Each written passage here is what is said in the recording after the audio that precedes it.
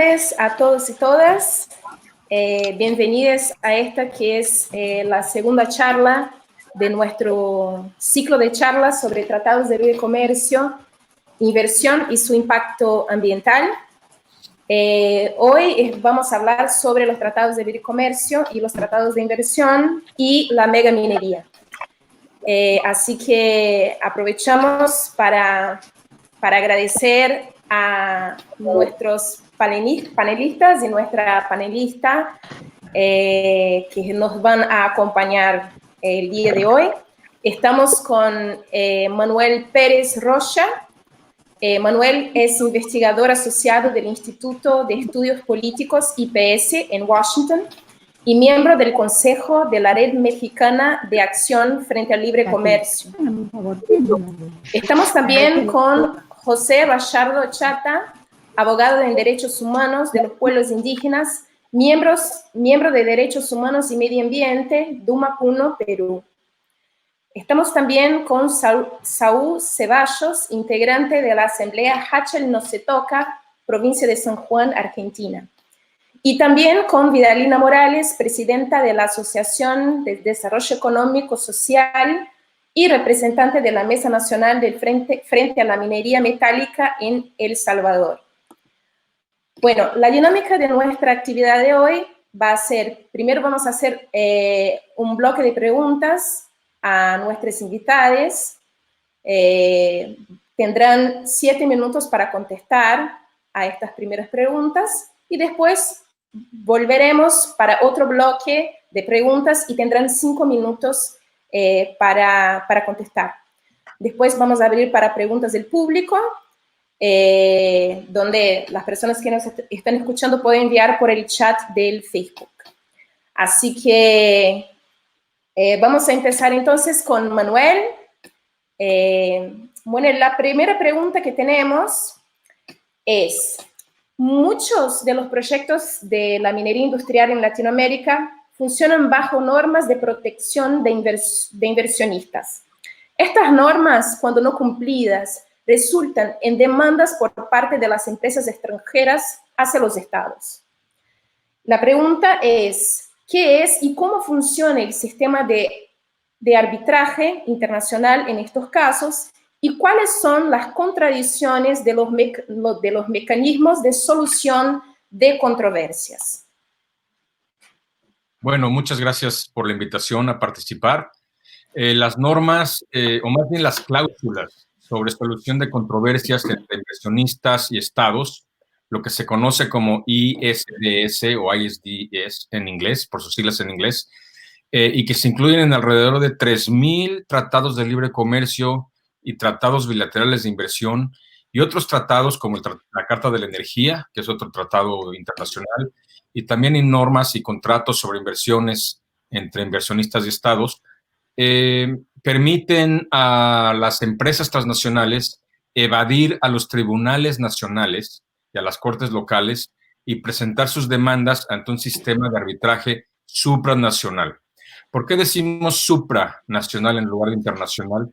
Porque en realidad este no es un sistema internacional, sino un sistema que de los estados, opera por encima de los estados y de los gobiernos, ¿no? Por supuesto, es un sistema que fue aprobado y fue diseñado y por los gobiernos cuando firmaron todos estos tratados, pero en realidad los gobiernos ceden su soberanía a estos sistemas, estos llamados tribunales, ¿no?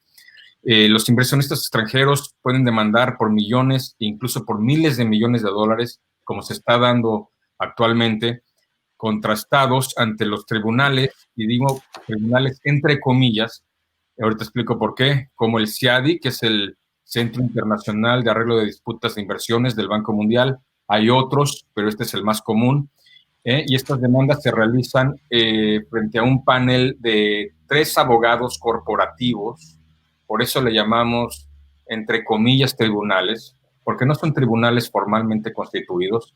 Son 3 abogados corporativos altamente remunerados, ganan quizás $500,000 por caso, y los cuales son usualmente operan en secreto, sin la presencia de testigos y mucho menos de la presencia de las comunidades afectadas, como aquí nuestra compañera y colega querida Vidalina Morales nos puede atestiguar cómo sucedió con el caso de El Salvador.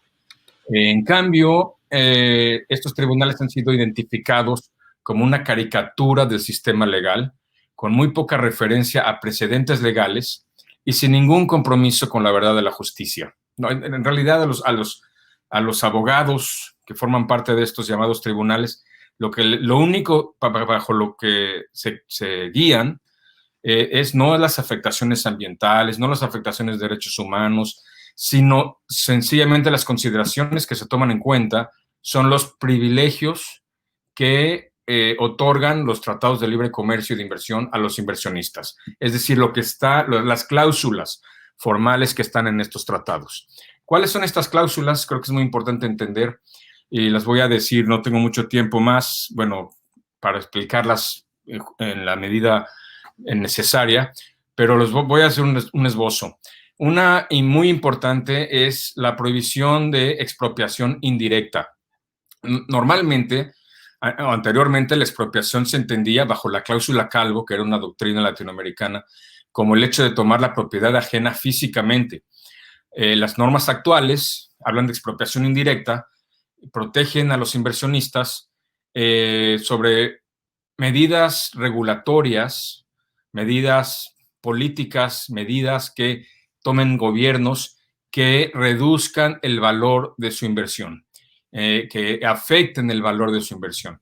Como resultado, las empresas pueden demandar a los gobiernos por hacer cumplir leyes o medidas ambientales, de salud o de otras cuestiones de interés público que surjan de procesos democráticos o judiciales que afecten sus ganancias esperadas, no solamente una ganancia que hayan podido perder por una expropiación directa, sino por lo que esperaban ganar.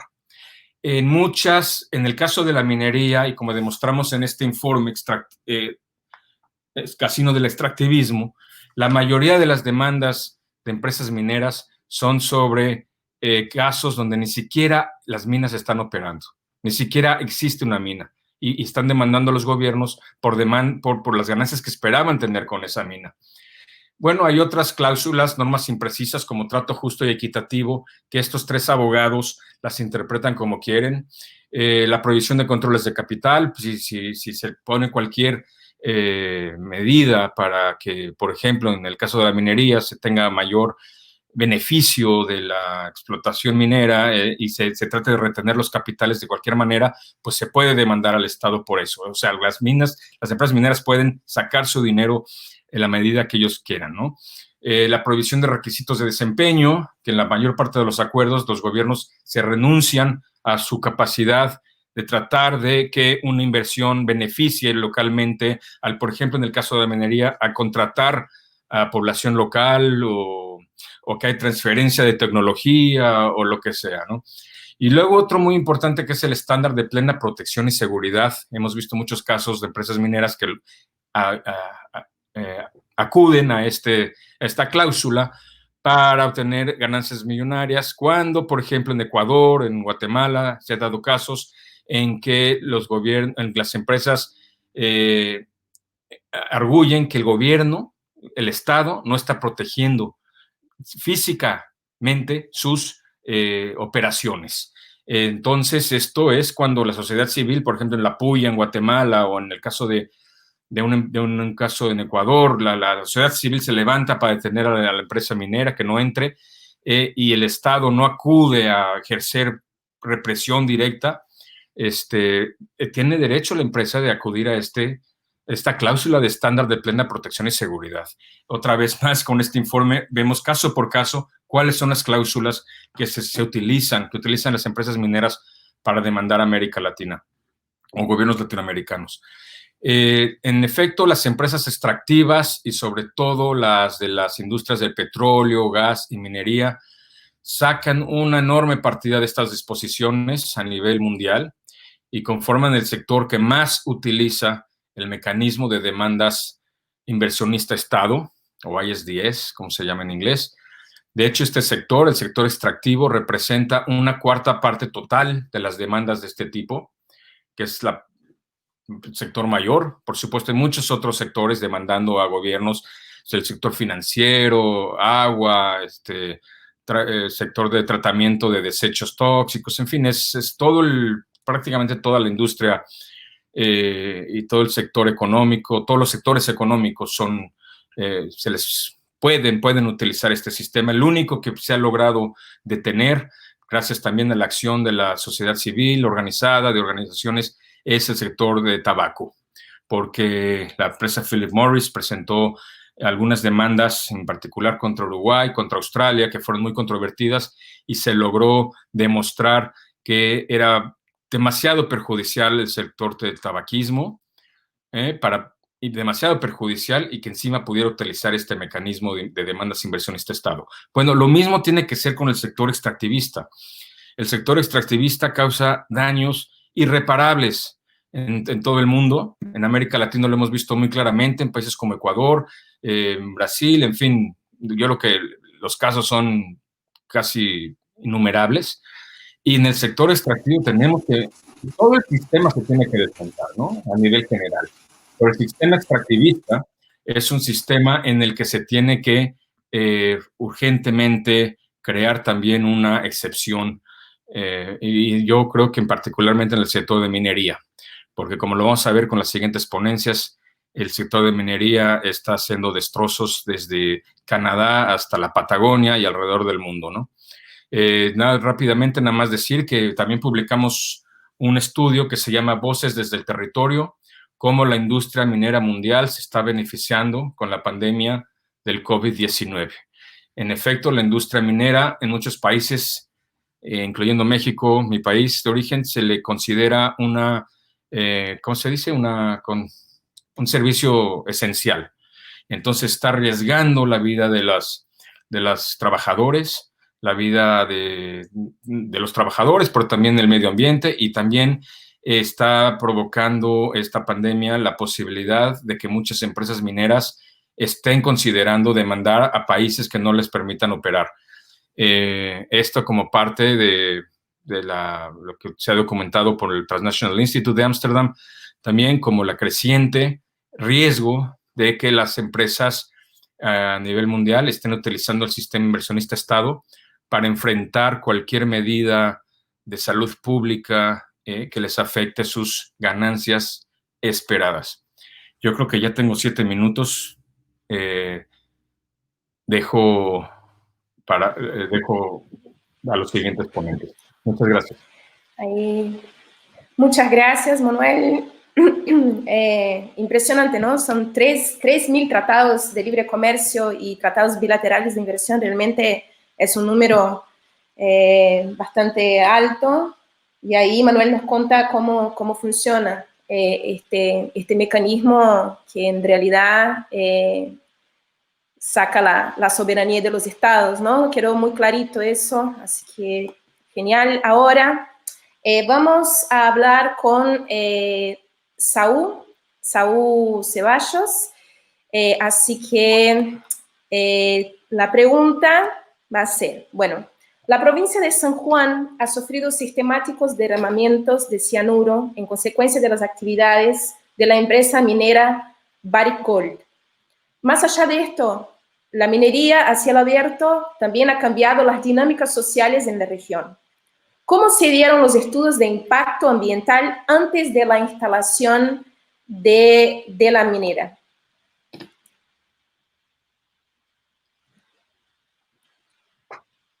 No te escuchamos. Aquí en San Juan, ahí. Ahora sí. Aquí en San Juan, la primera mina a cielo abierto con uso de sustancias tóxicas en las nacientes de nuestro río fue la mina Veladero, que es la que presentó los estudios de informe de impacto ambiental ante las autoridades de la provincia únicamente. Esta presentación de los estudios de impacto ambientales fueron hechos a medida para que cuando se empiecen a ver realmente las consecuencias en el medio ambiente, pudieran, sin sobresaltos, dejar atrás derrames y otros hechos contaminantes al ambiente. Esto se puede ver precisamente en los estudios que presentaron muy someramente de los organismos acuáticos que se verían afectados por la explotación minera a cielo abierto. Estos son los estudios limnológicos. Y otro ejemplo también consiste en colocar estándares muy altos en la línea de base que ellos presentan en los informes de impacto ambiental. La línea de base es todos los estudios que se hacen antes de empezar a construir inclusive la mina, antes de que empiece a funcionar, para ver cómo estaba el ambiente antes de esa actividad minera. En esa línea de base, sobre todo el agua de los ríos que circundan a la mina Veladero, lo que hicieron fue poner exageradamente valores de metales pesados, cuestión de que después con los derrames se pudieran tapar sin problemas y podrían ocultar justamente esos derrames sin tener mayores consecuencias. Esto fue así con la mina Veladero porque no hay, ni hubo, ni puede haber control en las explotaciones mineras a cielo abierto en las nacientes de nuestro río Jáchal. Eso puede verse claramente enumerando distintas consecuencias de la minería en nuestra cuenca. Lo primero que podemos decir es que la mina Veladero no cumplió con las audiencias públicas previas establecidas por la Ley General del Ambiente y que en ella se tenían que dar a conocer los informes de impacto ambiental ante todos. Eso nunca se hizo. Se incumplió con la Ley General del Ambiente y únicamente se presentaron estos estudios ante las autoridades que, sin tener mayores objeciones, los aceptaron. Tampoco Veladero cumplió ni cumple con el seguro ambiental establecido por la misma Ley General del Ambiente. Veladero incumple inclusive con la Ley de Protección de Glaciares en la República Argentina. Veladero incumple inclusive con el Código de Minería de la República Argentina, porque el Código de Minería establece que ante 3 infracciones graves en un establecimiento minero, la mina debe ser cerrada en forma definitiva. Ya llevamos por lo menos 3 derrames constatados por las autoridades y que no se hizo presente la autoridad para hacer cumplir el Código de Minería. Entonces, por lo tanto, Veladero sigue incumpliendo inclusive hasta el Código de Minería. Pero volviendo a la pregunta sobre el impacto ambiental, voy a citar a Eric Toussaint en un artículo del 28 de septiembre de 2004, en donde dice que en general el impacto ambiental y social no tiene en cuenta en los proyectos apoyados por el banco. ¿De qué banco está hablando? Está hablando del Banco Mundial. Este historiador, en ese mismo artículo que titula El cinismo llevado al extremo dentro del Banco Mundial, cita una nota que se dio a conocer gracias a Greenpeace y que en esa nota había uno de los directores del Banco Mundial que se dirige a los otros directores del Banco Mundial. Este es Lawrence Summers, en diciembre de 1991, y que en esa nota dice: entre nosotros, el Banco Mundial no tendría que alentar mucho más la transferencia de las industrias sucias a los países menos desarrollados. La medida de los costes de la contaminación perjudicial para la salud se basa en el lucro cesante debido al aumento de las enfermedades y de la mortalidad. Desde esta lógica económica, según la cual habría que desembarazarse de los desechos tóxicos enviándolos a los países con los salarios más bajos, es a mi criterio impecable y tenemos que aceptarla. Esto es lo que dice Summers. Y sigue Summers diciendo: la inquietud a propósito de los agentes tóxicos será evidentemente mucho mayor en un país donde la gente vive más años y que se puede enfermar de cáncer que en un país en el cual la mortalidad infantil es de 200 por 1000 a los 5 años. Así de cruel es el razonamiento de los que dirigen el Banco Mundial, y esto puede verse en forma práctica en lo que pasó en la Argentina. En el libro Mal Desarrollo, la Argentina del extractivismo y del despojo, escrito por Maristela Svampa y Enrique Viale, se muestra que el Banco Mundial financió el programa PASMA, el programa de asistencia a la minería argentina, desde el año 1997 hasta el año 2001, con lo que se comprueba que el memorando de Summer en esta parte del mundo tuvo aplicación práctica. Es decir que luego de que aportan el dinero, le prestan a los países como Argentina el dinero para que hagan todo el relevamiento de los metales en todo el territorio nacional, es un préstamo, luego la Argentina tiene que devolverlo. Después de que hacen esto y le facilitan el trabajo a las empresas mineras, ¿qué es lo que sucede? Este Banco Mundial sigue y seguramente va a estar dispuesto ahora que ya hay pasivos ambientales de prestarnos otra vez más dinero. ¿Para qué? Para que otras multinacionales mineras vengan a tratar de remediar los pasivos ambientales que dejaron las compañías mineras.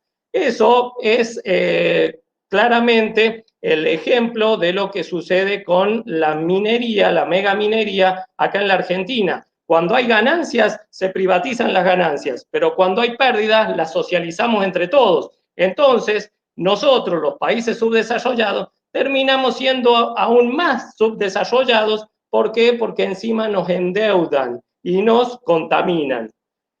Para mí esto no es más que libertinaje de comercio bien organizado desde organismos supranacionales, como decía Manuel, como el Banco Mundial, entre otros.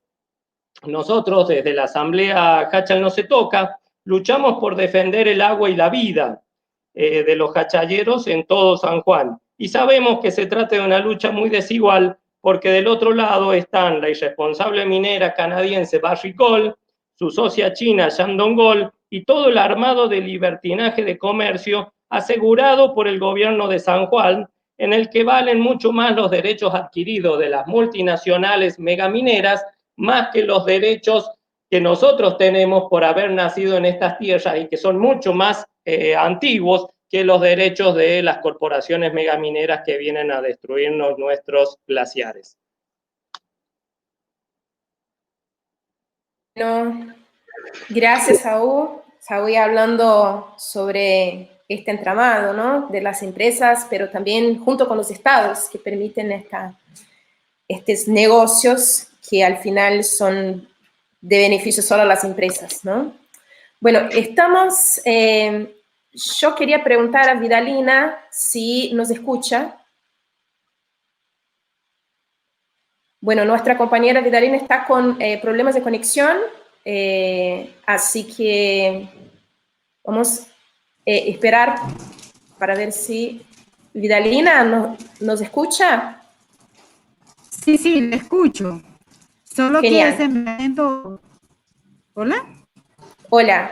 Sí escucho, solo que se me está cayendo a cada rato el internet. No sé qué está pasando, creo que por la lluvia, debido a la lluvia, creo. Bien, esperemos entonces que podamos seguir. Te voy a hacer la pregunta, ¿sí? Bueno, ahí vamos a hacer la pregunta a Vidalina Morales, de El Salvador. La lucha de los pueblos de El Salvador en contra de la megaminería resultó en una ley de prohibición de la megaminería en el año 2017. ¿Cómo se dio esta lucha y cómo los proyectos mineros afectaron el territorio en donde se instalaron? Bueno, debo de recordar o de decir que la lucha contra la minería metálica acá en El Salvador se instala un tanto después, una década después, de que se firman los tratados de libre comercio entre Centroamérica y Estados Unidos. A ver, el CAFTA, el famoso CAFTA-DR, se firma, creo, una década antes de que conozcamos sobre la minería metálica en El Salvador, ¿verdad? La lucha contra la minería metálica en El Salvador inició en el año 2004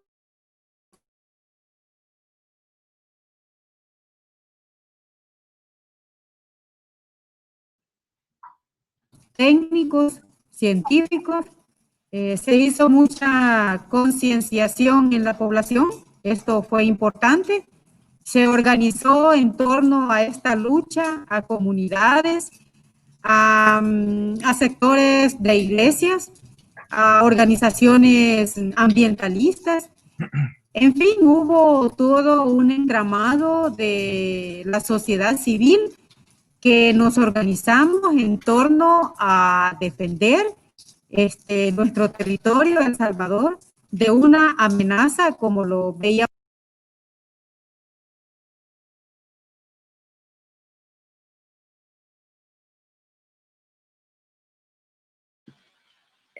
Bueno, creo que se cayó la conexión de Vidalina. Llueve mucho ahora donde está Vidalina en El Salvador. Así que ¿Quieres, Vanessa? yo diría, sí. Comente un poco en lo que pueda volver Vidalina. Bueno, está bien, perfecto. Bueno, para nosotros a nivel internacional, la lucha del Salvador ha sido una lucha inédita, heroica. Tuvieron personas que murieron en la lucha, ambientalistas que fueron asesinados. Como decía Vidalina, ya volvió Vidalina. Siga Vidalina. Sí, acá estoy. Sí, sí, bueno, definitivamente, pues así fue como este país no ha sido un país donde haya habido minería, ¿no? Ha sido un país donde su fuente de sobrevivencia ha sido la agricultura en pequeño. Entonces nos preocupaba mucho que nos plantearan que la minería era un desarrollo para nuestro país. Ahí fue que nos organizamos y dijimos, bueno, este país vamos a apostar por una ley, y fue esa lucha que lleva desde el 2004 hasta el 2017 que se aprobó la ley que prohíbe la minería metálica. Pero en ese contexto, digamos, de 12 años de lucha, pues fueron muchos eventos los que tuvimos que enfrentar. Y en esto enfrentamos esta demanda millonaria por parte de la empresa minera Pacific Green, y que luego pues pasó a ser la dueña, la Oceana Gold, de capital australiano. Bueno, era un consorcio de empresas, digamos, que continuaron esta demanda en este tribunal internacional, donde creo que Manuel ya lo mencionaba, el CIADI, ¿verdad? Donde se llevan a cabo estos litigios internacionales, y siempre hemos dicho que el CIADI es un lugar, o sea, es un tribunal que nada más sirve para velar por los intereses de las grandes corporaciones.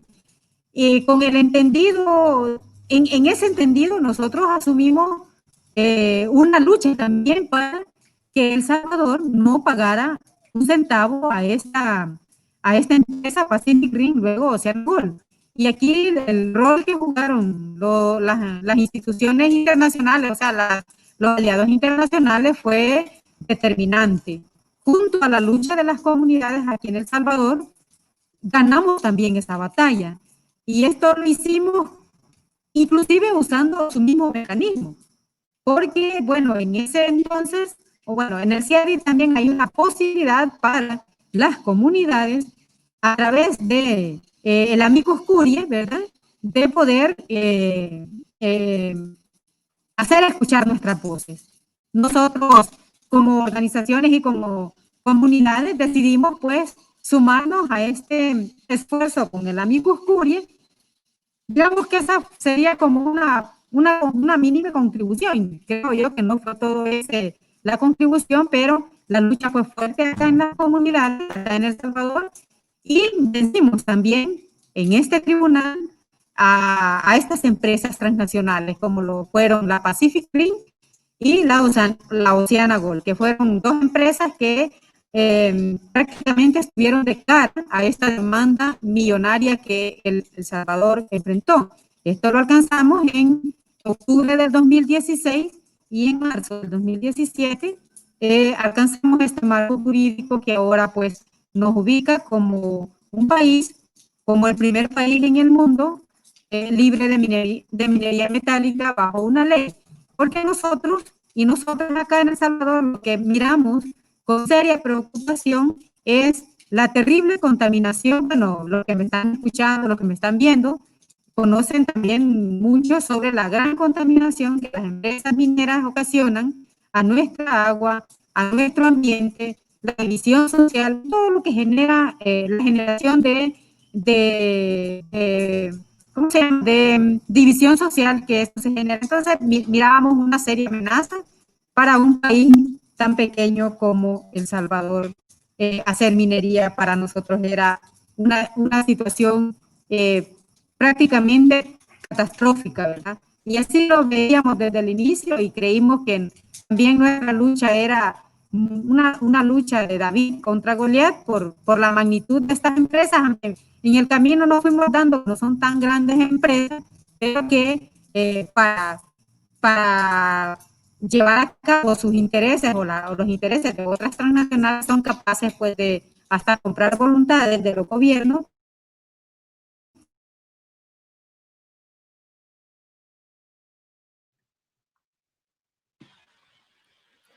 Bueno, creo que se cortó. ¿Vidalina nos escucha? Bueno.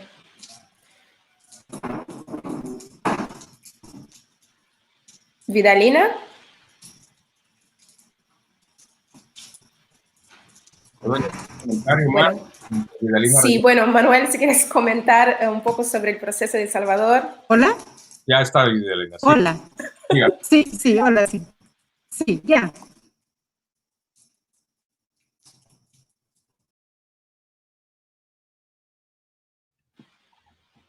Bueno, un comentario nada más para unar a lo que venía diciendo Vidalina de la lucha que se dio en El Salvador. Decir que también la lucha se dio en la calle, en las calles, y ahorita es muy importante por el tema actual de las luchas que están dando en Estados Unidos y en el mundo por la lucha racial, ¿verdad? La lucha contra la violencia racial que existe en este país y en otros países. La lucha con el caso de Pacific Rim contra El Salvador se dio en las calles también. En las calles de San Salvador salió el pueblo a protestar con la ayuda incluso de la Iglesia Católica. Y también aquí en Washington hicimos protestas en frente del Banco Mundial, muchas protestas, con Vidalina incluida, la trajimos. Parece increíble ya algo del pasado poder traer a alguien de otro país. Vidalina incluida y otros salvadoreños y salvadoreñas, incluso la población local salvadoreña de Washington, que es muy nutrida, fue al Banco Mundial a protestar. Y la protesta más fuerte fue justo cuando se dio una sesión muy importante del llamado tribunal, y ahí tuvimos más de 300 gentes haciendo ruido, que todo el Banco Mundial se enteró. Entonces se puso en evidencia ante el mismo Banco Mundial la existencia de este organismo que es el CIADI, porque hay de decir que mucha gente, muchos trabajadores, empleados, funcionarios del Banco Mundial ni siquiera saben la existencia de o no sabían de la existencia de este organismo. Pero con el caso Pacific Rim se puso en evidencia la nefastez, ¿verdad?, de este sistema llamado arbitraje internacional, que no es otra cosa que cámaras cerradas entre abogados corporativos viendo cómo beneficiar a las empresas. Entonces fue un caso muy importante. Vidalina, en particular, quiero decir, como no está ella todavía ahí, ella fue una lideresa esencial del movimiento en El Salvador, un movimiento que se organizó alrededor de la Mesa Nacional frente a la Minería Metálica, un conjunto de organizaciones locales, comunitarias y ONGs, con el apoyo de la Iglesia Católica y apoyo del gobierno salvadoreño, incluso gobiernos salvadoreños de derecha y de izquierda, no importaba. Se logró un consenso del 90% en el país contra la minería, y pues es un caso en el que hay que estar siguiendo, ¿no? No sé si ya con eso redondeé un poco. Creo que Vidalina tiene muchísimo que decir. Es invitada alrededor del mundo a hablar sobre la lucha. Lástima que tienen mala conexión. Ella está ahorita en la localidad de Santa Marta, ahí en remotas montañas de San Salvador, con una lluvia terrible. Ya volvió Vidalina, estaba yo hablando. Sí, bueno, sí, aquí estoy. Aquí estoy de nuevo. Gracias, Manuel. Gracias, gracias, muchas gracias. Y yo quiero solo acotar una cosa más que me parece importante también, y es el tema de la perversidad de las empresas, de las empresas como la Pacific Rim. La Pacific Rim, cuando demandó a El Salvador, ni siquiera tenía El Salvador un tratado de libre comercio con Canadá. Y fueron tan perversas que tuvo la empresa que abrir una subsidiaria en Estados Unidos, en las Islas Nevada, para ampararse desde allí al Tratado de Libre Comercio que se tiene entre Centroamérica y Estados Unidos, al famoso NAFTA, que, como les decía anteriormente, fue el que sirvió para que la Pacific Rim iniciara la demanda contra el Estado salvadoreño. Creo que ahí debemos de entender hasta dónde llega la perversidad de estas empresas.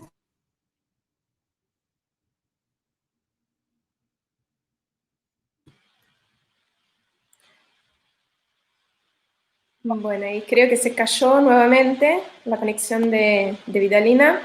Un comentario rápido, en lo que Vidalina se refiere es lo que se llama en inglés venue shopping o compra de jurisdicción.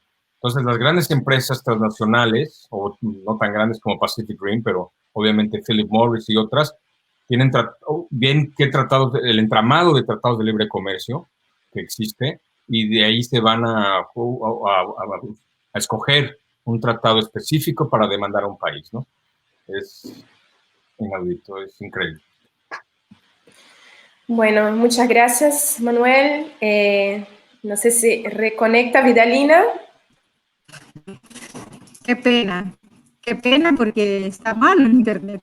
Esto es la desventaja de la tecnología, ¿verdad? Por un lado.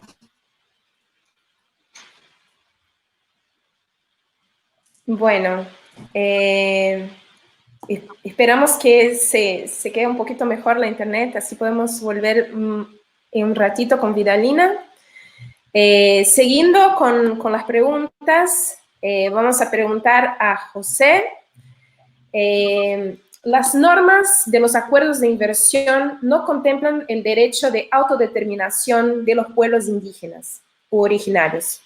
¿Cómo los acuerdos entre las empresas megamineras han impedido que los estados actúen en favor del cumplimiento de los derechos de los pueblos y de la protección de los bienes comunes? Muchas gracias. Saludos a Saúl, a Manuel, a Vidalina de parte de Derechos Humanos y Medio Ambiente, de aquí de Puno, de Perú. Un saludo para todos compañeros, compañeras. Bueno, estas relaciones que se dan en nuestro país, en Perú, parte de dos paradigmas principalmente hemos podido observar, ¿no? Hace a un corto tiempo hubo un programa, una campaña de todo está amarrado, ¿no? A partir de la red Muki, a la cual nosotros pertenecemos, en el cual decíamos que tanto las posiciones del Estado, por un lado, y las posiciones de las empresas mineras llevaban a puntos en común, ¿no?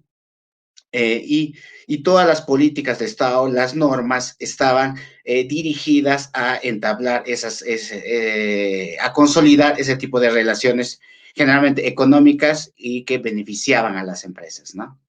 Esto va de la mano con otro paradigma que es el de las puertas giratorias, en donde personas que pertenecen a empresas privadas, a sus directorios, saltan al Estado ejerciendo cargos públicos, como ministros, etcétera, y a través del cual implementan políticas y normas que de la misma forma benefician a las empresas grandes extractivas, ¿no?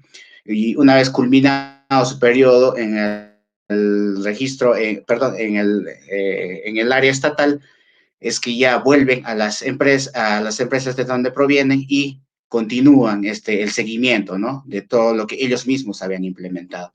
Entonces, hay todo un aparato que funciona así y que deja de lado a un sector, a un protagonista ya, que se encuentra, ¿no? A las espaldas del Estado, que son los pueblos originarios.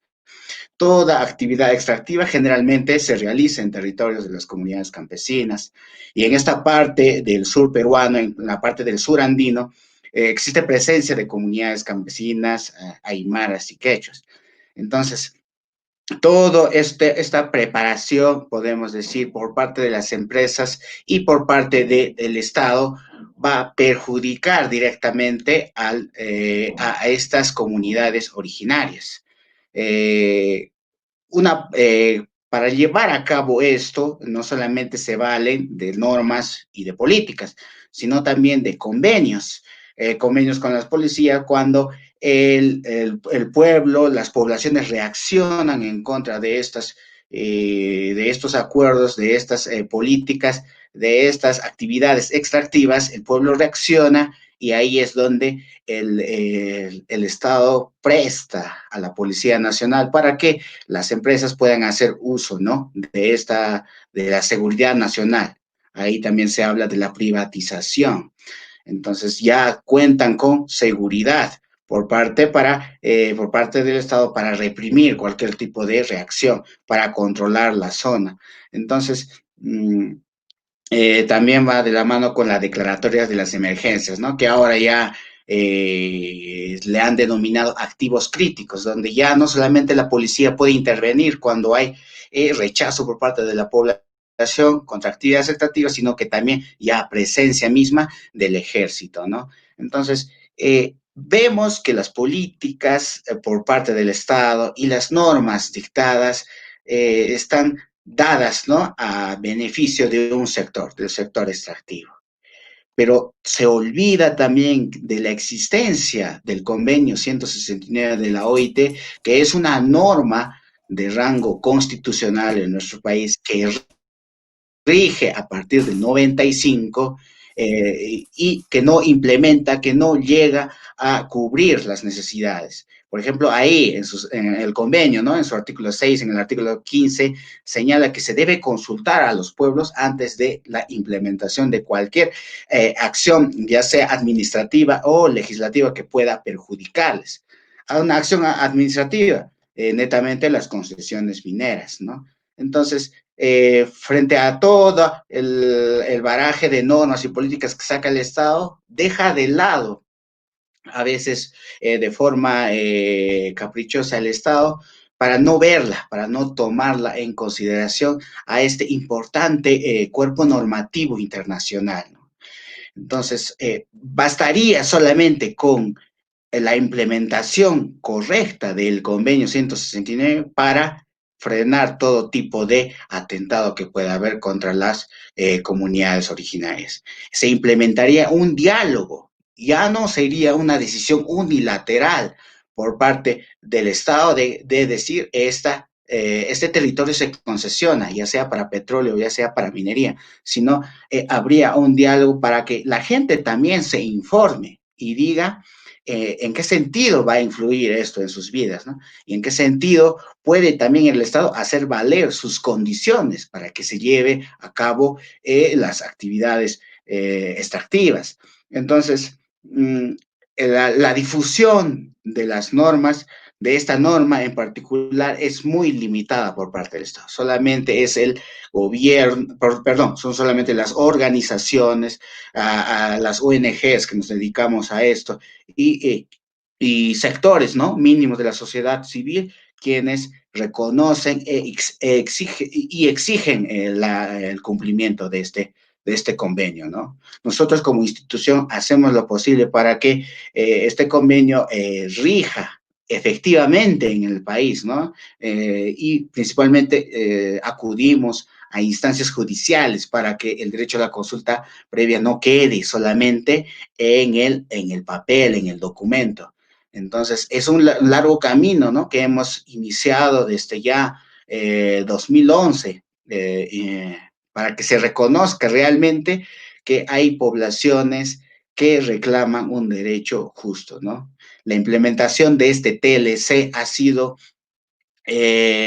muy crucial respecto a los intereses de las comunidades campesinas, ¿no?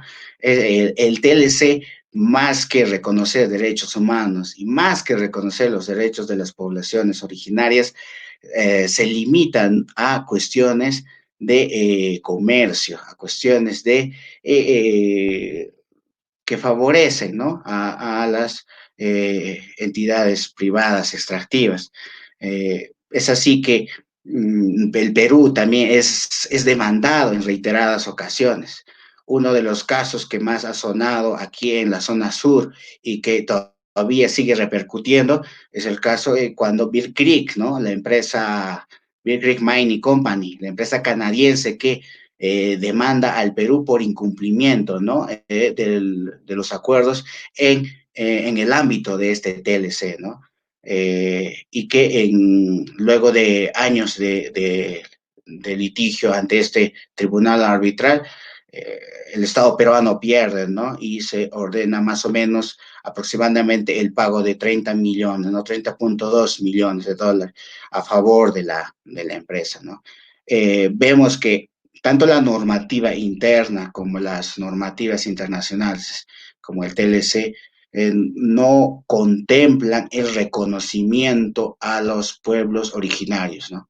El TLC respecto a cuestiones extractivas, no toman en cuenta de que sus actividades principalmente se desarrollan en territorios de pueblos originarios y que debería contemplar, por lo menos invitarle a que sean parte, para que conozcan, para que den alcance de sus posiciones. Porque luego, el Perú ha sido demandado, las poblaciones tampoco han tenido acceso a este litigio que se hacía, ¿no?, en sede arbitral. No han tenido presencia, no han tenido participación. Felizmente hubo una pequeña brecha que se abrió, una rendija en la puerta para que podamos poner las ideas, la preocupación, la información por parte de los pueblos indígenas a través de un amicus, ¿no? Como a mí sí llegamos al CIADI y a través de este documento pudimos hacer conocer la posición de los pueblos originarios, que quizá si no se hubiese podido hacer esto, no se hubiese podido hacer llegar la voz, ¿no? Entonces también ahí es necesario de que este documento no solamente encierre en su contenido, en su articulado, empresas y Estado, ¿no?, sino que también abra espacios para que los pueblos también intervengan directamente en la celebración y también en la solución de las controversias, ¿no?, que surge a partir de esto. Entonces, es un llamado también para que nosotros, como población, como sociedad civil, el Estado pueda también, para futuros TLCs, también considerar a los pueblos originarios en sus demandas, ¿no? Porque ya ya creo, basta de tanto invisibilización, discriminación y no querer ver a las poblaciones cuando son ellos los principales interesados, ¿no? Entonces, creo que estas políticas, tanto nacionales e internacionales, chocan contra los intereses y no hay un verdadero ánimo por parte del Estado de cumplir, ¿no?, las normas, principalmente este convenio que se menciona. Gracias. Hasta aquí la primera parte. Bueno, José, muchísimas gracias. Bueno, clarísimo queda que no hay ningún respeto por los pueblos originarios, que no hay ningún respeto por el territorio ancestral, ¿no?, de estos pueblos. Y José también trae algo muy interesante que tiene que ver con la militarización de los territorios, ¿no?, que no es menor también. Bueno, ahora vamos para una segunda ronda de preguntas. Aprovechamos para decir a las personas que nos están acompañando que vamos a tener esta ronda de preguntas a a los panelistas y después abrimos al público para que también puedan hacer preguntas. Así si quieren ya en el chat poner las preguntas, que luego después de las intervenciones las vamos a contestar. Bueno, ahora volvemos ahí a Estados Unidos, pero para preguntar a Manuel, que es mexicano, la segunda pregunta, que sería, estos proyectos extractivos que son abundantes en la región, en Latinoamérica, no sacan sus ganancias solo de la extracción de los recursos naturales, sino que también se aprovechan del sistema de organización del llamado libre comercio. Entonces, lo que preguntamos a Manuel es, ¿qué se entiende por el casino del extractivismo?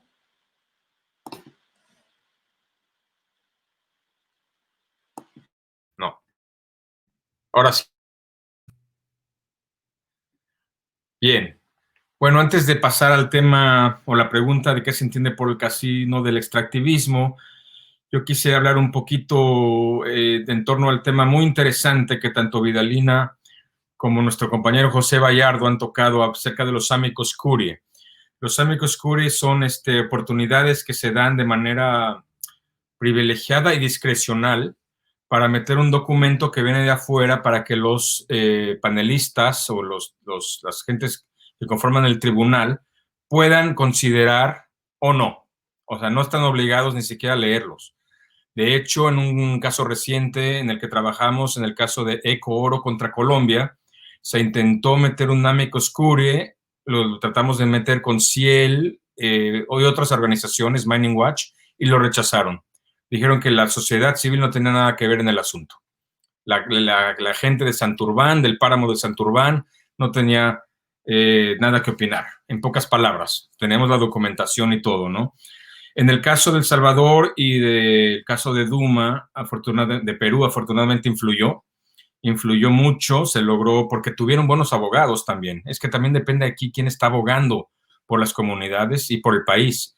En el caso de El Salvador se tuvo una muy buena firma de abogados, un buen despacho de abogados. En el caso de Perú también. En el caso de Perú, quiero decir, en el caso que mencionó José Bayardo, en el que habló de Dow Run. Dow Run exigía $522 millones por expropiación indirecta. Finalmente, Perú perdió el caso, pero solo por 18. Es decir, los argumentos de expropiación indirecta no fueron retomados por el tribunal, por el llamado tribunal, y Perú perdió $18 millones. Una cantidad enorme, pero no, por supuesto mucho menor que 522. Pero que lo que quiero decir con esto es que pues, es totalmente arbitrario, ¿no? Cómo juzgan, cómo determinan la cantidad, pero lo que es importante es retirar el concepto de expropiación indirecta. Por Casino del Extractivismo, que publicamos el año pasado, examinamos como 38 empresas mineras. Lo vuelvo a hacer aquí, perdón la publicidad, pero está gratis en el internet, nada más googleen el nombre. Como 38 empresas mineras de América Latina, 38 empresas mineras han demandado a países de América Latina y cabe resaltar que en su intención de hacerlo han tratado de tener compensaciones mucho más altas de las que han tenido, pero a la vez las demandas son cada vez mayores, ¿no? En uno de los casos más llamativos, se le exigió a Ecuador el pago de $1,770 millones más intereses a la empresa estadounidense Occidental Petroleum. Ya los pagó Ecuador. Luego, por supuesto, esos recursos vienen de fondos de préstamos del mismo sistema financiero internacional. Entonces, es un barril sin fondo, ¿verdad?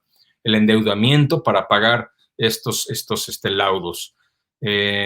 En cuanto a la empresa minera, también tengo aquí que hasta hace poco uno de los montos más elevados también han sido contra Venezuela. Venezuela debe miles de millones de dólares, no importa la crisis financiera que tenga el país. Y más recientemente, en mi propio país, México, que ha sido uno de los países más demandados en la historia, debido por supuesto, al Telecán, al NAFTA, a los 26 años ya de historia del Telecán. Pero hasta cierto punto, por una cantidad, bueno, yo no diría que es módica, pero $242 millones ha tenido que pagar México. módica en relación con las últimas demandas que ha recibido México por parte de empresas mineras. En el año de 2019, la compañía estadounidense Odyssey Marine Exploration demandó a México por el monto de $3,540 millones por no haber podido obtener los permisos ambientales para hacer un proyecto minero del subsuelo marino frente a las costas de Baja California Sur, un proyecto que fue rechazado por las comunidades pesqueras de la zona. La empresa Odyssey, que yo creo que tiene que ser un caso que tiene que ser resaltado de aquí en adelante muy fuerte. La empresa Odyssey no obtuvo los permisos ambientales. La empresa Odyssey es una empresa, como me parece que mencionó Vidalina, es una empresa, se llaman exploratorias, son empresas menores que realmente están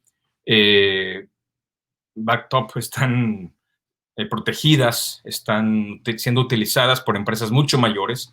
En este caso, la empresa que está detrás de Odyssey es nada menos que Cargill, la gigante agroindustrial estadounidense, que lo que pretende es sacar del subsuelo marino fertilizantes para la agroindustria, y todo esto pues, fue rechazado por la poblaciones locales, por la destrucción que habría no solamente del subsuelo marino, sino de todo el contorno ambiental, pues llegaría a ser desastroso para muchos miles de kilómetros alrededor.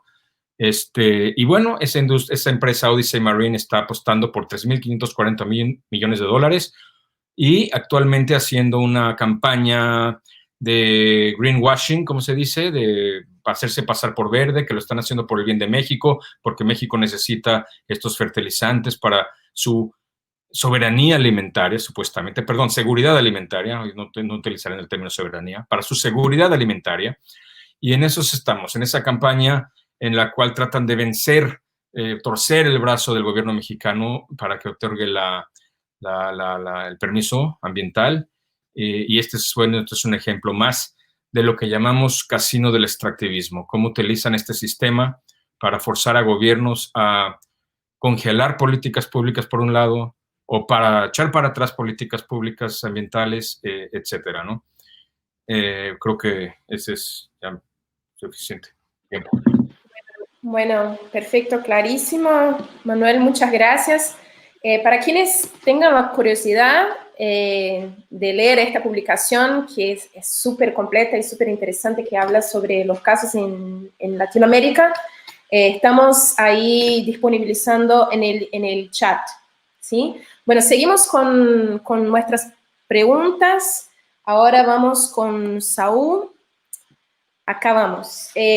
La provincia de San Juan presenta hoy 5 ríos contaminados y en el año 2015 ha sucedido en esta misma provincia el mayor desastre ambiental de la actividad minera en la Argentina. Sin embargo, sigue el intento de desarrollar nuevos proyectos mineros en la región. ¿Cuáles fueron las respuestas desde el gobierno sobre las demandas para que no se modifique la ley de glaciares 26639? Bueno, nosotros podemos no hacer un poquito de historia. ¿Ahí? ¿Sí? Sí, sí. ¿Sí? Bueno, nosotros podemos hacer un poquito de historia y decir que en febrero de 2018, desde la Asamblea Hachal No Se Toca, con la invalorable ayuda de un grupo de personas, asambleas y organizaciones de Hachal y de todo el país, logramos llevar a cabo una bicicleteada de 1.400 kilómetros desde Hachal a Buenos Aires, bicicleteada que le hicimos muy a pulmón, para pedir que no se modifique la Ley Nacional de Glaciares y que se cumpla en todo su articulado. Esa acción de la bicicleteada, de recorrer 1.400 kilómetros en un periodo de 8 días, junto al trabajo mancomunado de Ricardo Vargas, con nuestros abogados Diego Seguí, Marcelo Arancibia y Enrique Viale, tuvo su reconocimiento a nivel legislativo porque no se avanzó con la modificación de la ley de glaciares y quedó todo el trabajo y el lobby que estaban haciendo las grandes corporaciones mineras quedó ahí en stand-by en 2018. También tuvo una parte judicial, porque a nivel judicial el juez Sebastián Casanelo, después de un gran trabajo, terminó imputando a los responsables del incumplimiento de la Ley Nacional de Glaciares, porque han hecho un inventario incompleto, han dejado afuera, sin que lo establezca la ley, los glaciares menores de 1 hectárea, es decir, que los glaciares que no tienen más de 99 metros por 99 metros, directamente han sido borrados de este inventario. Y tampoco se ha colocado el permafrost, que es el ambiente periglaciar que está en nuestra cordillera de los Andes. Entonces, al incumplirse con esa ley, el juez Sebastián Casanelo ha imputado a el exdirector del Yanigla y a Ricardo Villalba y a 3 exsecretarios de Ambiente de la Nación, y que tendrían que ser enjuiciados por la jueza Servini este año o el siguiente en un juicio oral. Esperamos que tengan la condena respectiva para empezar a hacer cumplir las leyes que nos benefician a los pueblos y no que se sigan beneficiando las grandes corporaciones mineras en detrimento de nuestras fuentes de agua. Además de eso, la Corte Suprema de Justicia de la Nación, en junio de 2019, ya se ha cumplido un año, declaró la constitucionalidad completa de la Ley de Glaciares. Así, la Suprema Corte, al rechazar la demanda de inconstitucionalidad presentada por la irresponsable Barrick Gold por la mina Veladero, y también rechazó el pedido que hizo el gobierno de San Juan, advirtió que la ley de glaciares, la 26.639, resalta la función de los glaciares y del ambiente periglaciar como reserva de agua, reconociendo la inmensa importancia que tiene protegerlos. Pero hace un par de días nos enteramos que el gobierno de San Juan sigue insistiendo en incumplir inclusive el fallo de la Corte Suprema de Justicia de la Nación, y ha hecho un convenio con la Universidad Nacional de San Juan para hacer un inventario de glaciares a medida de las corporaciones megamineras.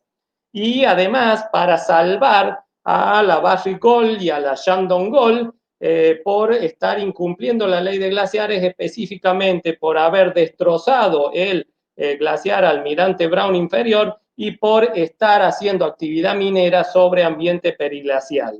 De esta forma vemos cómo la provincia cede todo, absolutamente todo, ante las corporaciones megamineras, y de esa forma, bueno, le da vía libre a la Barrick Gold para que siga intentando hacer el proyecto Lama, que es el proyecto Pascualama, pero del lado argentino nada más, y de esa forma también dejarle abierta la posibilidad a otras empresas megamineras.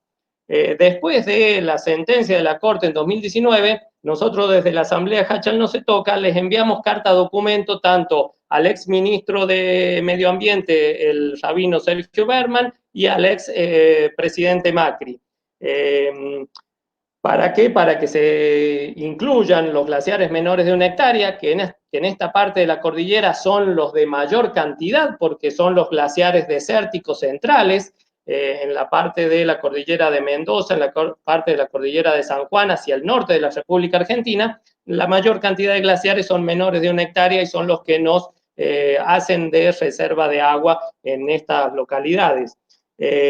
No hicieron nada, tampoco cumplieron con la auditoría ambiental dispuesta por la ley de glaciares, que nosotros le pedimos para que haga esa auditoría en la mina Veladero, y ahora le estamos pidiendo exactamente lo mismo al ministro Juan Cabandier, que no deje librada a un grupo de irresponsables el agua de todo un pueblo, que actúe utilizando todos los instrumentos que le otorga la Ley Nacional de Glaciares como autoridad de aplicación por el bien de nuestros hijos y nuestros nietos. Como bien decía Vanessa al principio de la pregunta, nosotros estamos aquejados. ¿Por qué? Porque hay un montón de proyectos megamineros que parece que también quieren seguir la misma rutina que hace Veladero, incumpliendo todas las leyes posibles, porque ni siquiera han presentado a la ciudadanía de Hachal los informes de impacto ambiental y siguen trabajando en nuestra cordillera haciendo exploración concreta para pronto poner la construcción de las minas en esas zonas de la cuenca del río Hachal. Así que nosotros vemos con desagrado que el gobierno de la provincia de San Juan sea antirrepublicano y antidemocrático y vaya inclusive en contra de un fallo de la Corte Suprema de Justicia de la Nación. Aquí en la Argentina, después de haberse sancionado una ley que preserva los glaciares y el ambiente periglacial y las nacientes de los ríos cordilleranos, algunos quieren seguir con la idea de modificar la ley de glaciares para que no proteja nada, o para peor, que proteja los intereses de las multinacionales mineras en desmedro de los verdaderos dueños del agua, que son nuestros hijos y nuestros nietos. Desde la Asamblea Hachal no se toca, ya llevamos 4 años en un acampe, enfrente del edificio municipal, en la plaza departamental, porque hemos decidido protestar contra la megaminería que destruye glaciares, que destruye nuestras fuentes de agua, porque consideramos que el agua es un derecho humano tan preciado como la libertad. Sin agua o con agua contaminada, terminaremos siendo esclavizados por el libertinaje de comercio, expulsados de nuestros territorios o condenados a enfermedades crónicas. Por eso es que defendemos la ley de glaciares, que el gobernador de San Juan, Sergio Uñac, quiere trampear con esta medida de hacer un inventario a medida para seguir permitiendo ese libertinaje de comercio por parte de las multinacionales irresponsables como Barrick-Gold. Y porque los glaciares son reservas estratégicas de la humanidad, valorando la vida en nuestro planeta Tierra, es que debemos proteger todos esos glaciares y su entorno. La vida de millones de latinoamericanos que dependemos de los ríos cordilleranos, está justamente en juego en esta ley tan importante. Esperemos que no se retroceda y que se le dé vía libre, una vía libre más a estas empresas megamineras. Muchas gracias. Bueno, muchas gracias, Saúl. Bueno, estamos con Vidalina, ¿nos escucha?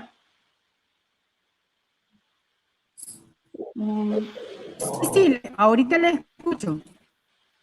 Ah, genial. Entonces, voy a pasar a la segunda pregunta, que sería: los estudios sobre los impactos de los proyectos mineros fueron centrales para lograr que la empresa Commerce Group perdiera la demanda contra El Salvador. ¿Cómo los investigadores, investigadoras y las comunidades articularon este proceso de investigación? Bueno, yo quiero decir que el estudio, lo que se hizo en un primer momento fue una revisión, el estudio de impacto ambiental que la empresa Pacific Green había presentado ante el Ministerio de Medio Ambiente. Eso fue lo primero que se hizo al inicio de la lucha, una revisión al estudio de impacto ambiental de la empresa Pacific Green. Entonces, el estudio de impacto ambiental. Sí.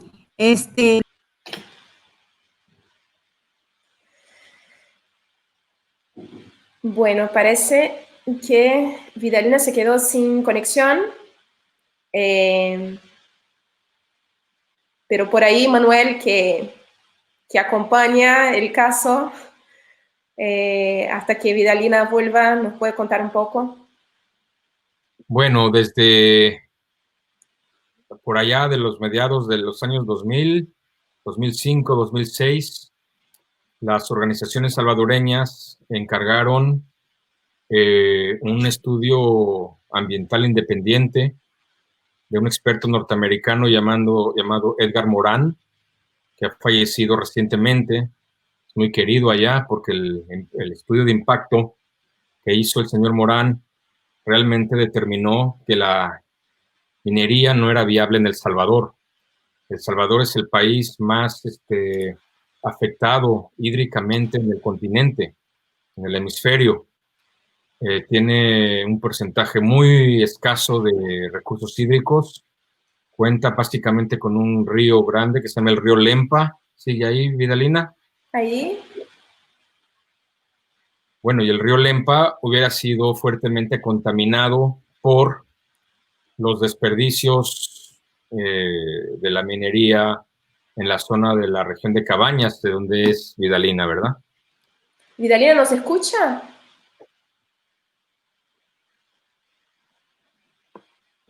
Y bueno, creo que para completar, pues ese estudio fue vital para convencer al gobierno salvadoreño en turno, a la población, pues de que el agua es de todos y todas, no era nada más una cuestión comunitaria, todo el agua de la que depende la capital de El Salvador, San Salvador, viene del río Lempa, y pues todo la importancia de tener un estudio científico, le dio a la población salvadoreña la razón para negar la minería. Yo creo que por ahí va, Vidalina, ¿verdad? Exactamente. Fueron como dos estudios clave, digamos, a los orígenes de la lucha. Este que elaboró el doctor Robert Morán, Robert. y enseguida hubo otro estudio que llevó a cabo la doctora Dina Larios, que justamente lo que hablaba Manuel, pues, sobre los impactos de la minería en el agua. Y eso cobró fuerza porque ya esos estudios puestos en la mente de la población, pues sirvieron mucho para generar conciencia, porque una de las limitantes que aún seguimos teniendo es el tema de la contaminación de nuestras fuentes de agua, de nuestros ríos, de nuestra tierra. Entonces ahí se ponía al descubierto esa gran contaminación ya existente, pero también se veía esa amenaza que podía generar la implementación de alrededor de unos 20, 30 proyectos que estaban sobre la cuenca del río Lempa, del que hablaba Manuel, uno de los principales ríos de El Salvador. Entonces, prácticamente esas dos investigaciones, y luego otras más que hicieron. Bueno, en torno a esto se hicieron muchas investigaciones, esas fueron las, digamos, las que cobraron fuerza, las que dijeron al inicio. Luego, enseguida se vinieron realizando otras investigaciones más, otros estudios más, que fortalecieron, digamos, la capacidad de incidencia de las comunidades, de las organizaciones y del movimiento que se articuló en defensa o en la lucha por la aprobación de esta ley. Genial, muchas gracias, Vidalina. Bueno, muy interesante escuchar eso, ¿no? También pensar en lo que se puede hacer desde los investigadores e investigadoras que están a servicio de los pueblos, ¿no? Y cómo es importante eso que llamamos de ciencia digna, ¿no? Que esté a servicio de los pueblos y no de las corporaciones. Así que ahora volvemos a Perú a hablar con José. Y la pregunta para José es, ¿cómo fue la batalla de las comunidades indígenas del pueblo Aymara en contra de la empresa canadiense Bear Creek Mining?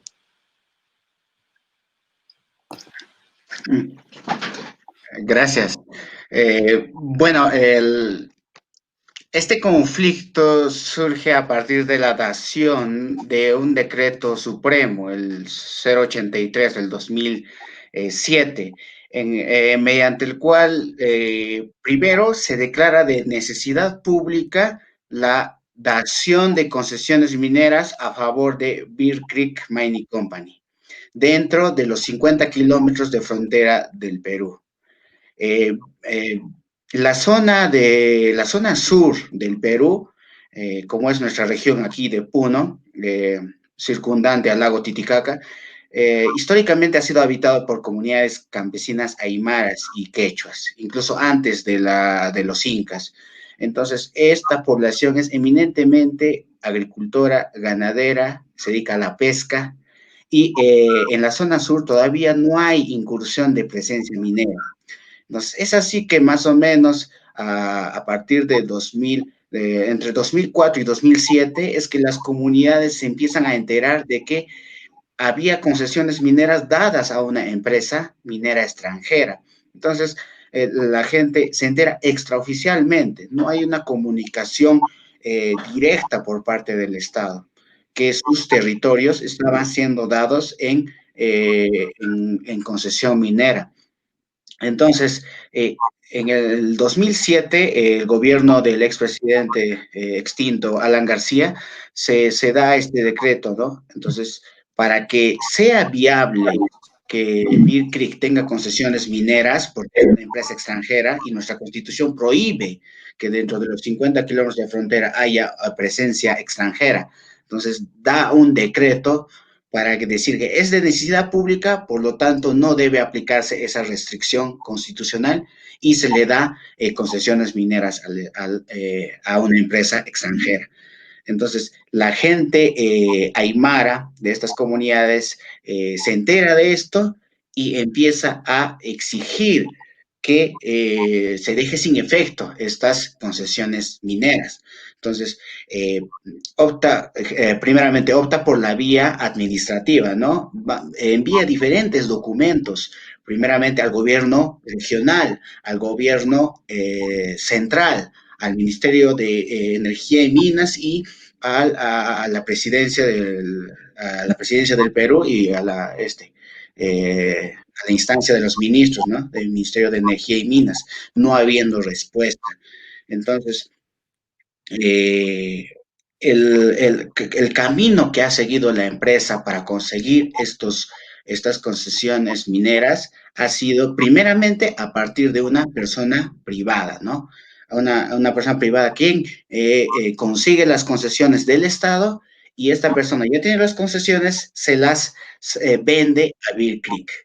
Entonces, todo este camino se entera la población y aumenta más la preocupación, aumenta la suspicacia, aumenta la desconfianza contra esta empresa minera. Es así que a inicios del 2011, recién la empresa convoca a una asamblea en el cual quiere dar a conocer el estudio de impacto ambiental.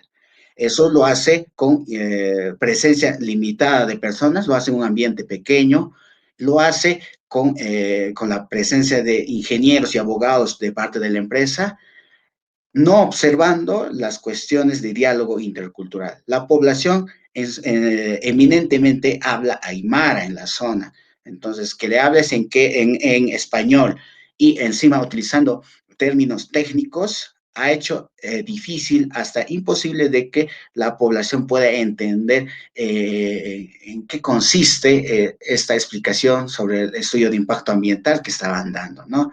Entonces, rompiéndose el diálogo tanto con la empresa, rompiéndose el diálogo tanto con el Estado, con el gobierno, es que las comunidades se levantan en lucha, se levantan en protesta.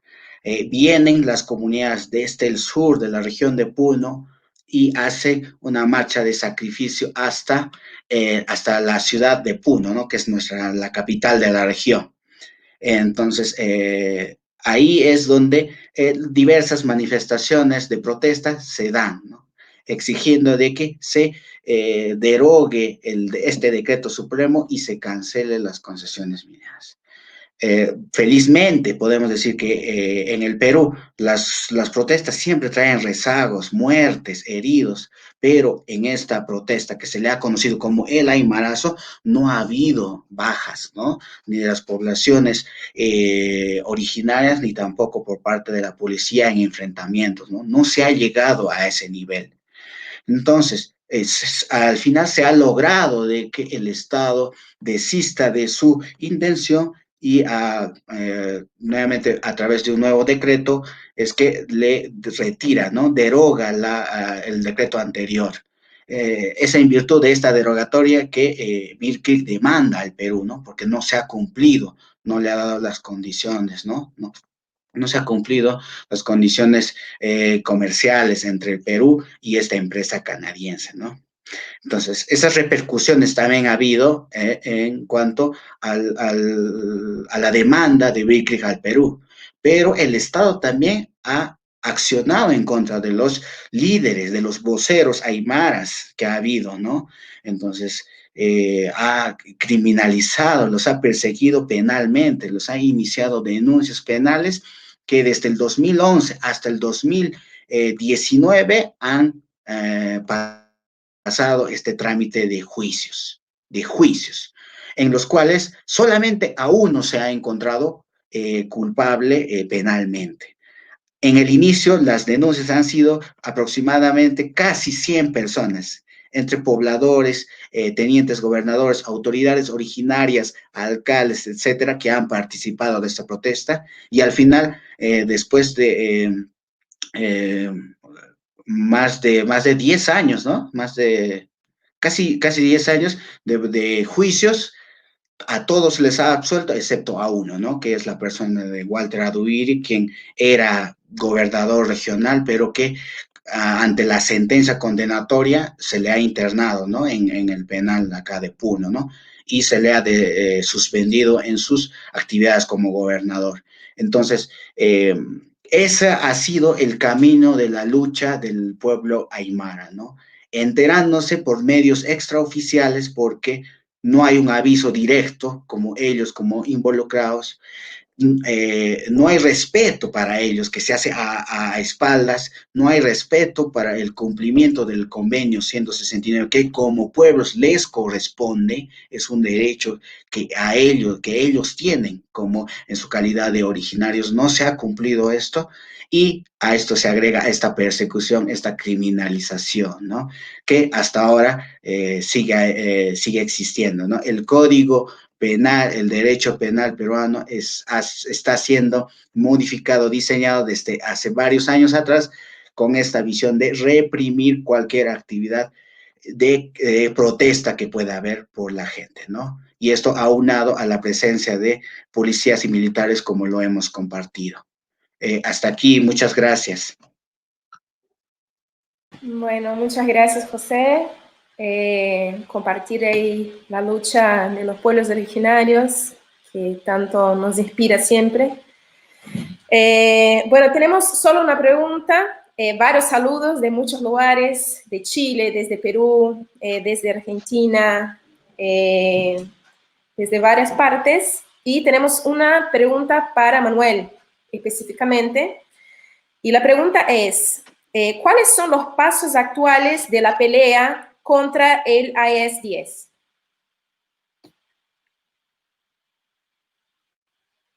Luciana, que está aquí detrás de la pantalla, puede también explicar. Está circulando hoy en día una carta internacional, una declaración internacional que tiene como límite el miércoles para ser adherida. No sé si la pueden colgar aquí al chat, Vanessa y Luciana. Una declaración internacional para poner, pues primeramente de manera inmediata una moratoria a todas las demandas que hay hoy en día, todos los procesos en los tribunales y todas las demandas pendientes y los pagos pendientes, pero siempre con miras también a desmantelar el sistema. No es nada más una moratoria ahorita por el COVID, sino con miras al desmantelamiento progresivo del sistema de demandas inversionista-Estado. Entonces, el momento actual es esta carta. Ojalá se pueda compartir. Creo que ya se ha compartido también por la lista de América Latina Mejor sin TLCs. Creo que no hay nada más que abrirla y firmarla, hay que leerla. O sea, creo que es importante enterarnos bien de qué es lo que se está exigiendo. Tiene además un anexo explicativo y yo creo que ese es el momento en el que estamos. Sí. Bueno, genial. Ahí compartimos lo que menciona Manuel. para quienes tengan interés en leerla, firmarla. Bueno, llegamos... El límite. Por favor, apúrense en firmarla, que sus organizaciones la firmen. Genial. Bueno, llegamos al final de nuestra actividad de hoy, así que les paso la palabra para un saludo final, empezando por Saúl. Bueno, muchísimas gracias por esta invitación y este encuentro. Muchas gracias a Manuel, a José y a Vidalina, que nos tuvo que abandonar. Muchas gracias a ustedes como organizadoras, Vanessa y Luciana. Y bueno, estamos predispuestos a generar algo, porque si entre todos nos ponemos de acuerdo, yo creo que la fuerza es de los pueblos y no de las corporaciones. Muchísimas gracias. Gracias, Saúl. Manuel. Quiere que en cuanto pase... No te escuchamos. Teníamos, ¿me escucha o no? ¿Ya? Bueno, nada más en cuanto pase esta pandemia, vamos a organizar protestas ante el Banco Mundial. Teníamos prevista una para mayo, para protestar contra un caso de inversionista Estado de una minera, KCA, contra Guatemala, y de otra, Ecooro, contra Colombia. Y vamos a traer a gente de esos países, pero ahora cuando pase esto vamos a traer a gente de muchas más luchas contra la minería, y vamos a seguir unidos, no importa que en estos momentos tan difíciles que estamos pasando, los vamos a superar, ¿no? No, gracias, Manuel. José. Muchas gracias a los organizadores. Nuevamente reiterar mi saludo, ¿no? A Saúl, a Manuel, a Vidalina, de parte de nuestra institución Duma, y un saludo a todos los que nos han escuchado, ¿no? Que si bien el poder económico no lo tienen los pueblos originarios, el poder de la tierra como dueños está de nuestro lado, ¿no? Y lo único que nos queda es defenderla. Muchas gracias a todos y a todas. Hasta otra oportunidad. Muchas gracias, José. Bueno, agradecemos desde la plataforma América Latina Mejor sin Tratados de Libre Comercio a quienes estuvieron con nosotros el día de hoy. Vidalina, te mandamos un abrazo fuerte. Vemos que se cayó la conexión, así que estamos muy, muy contentas de poder estar con vos esta tarde también.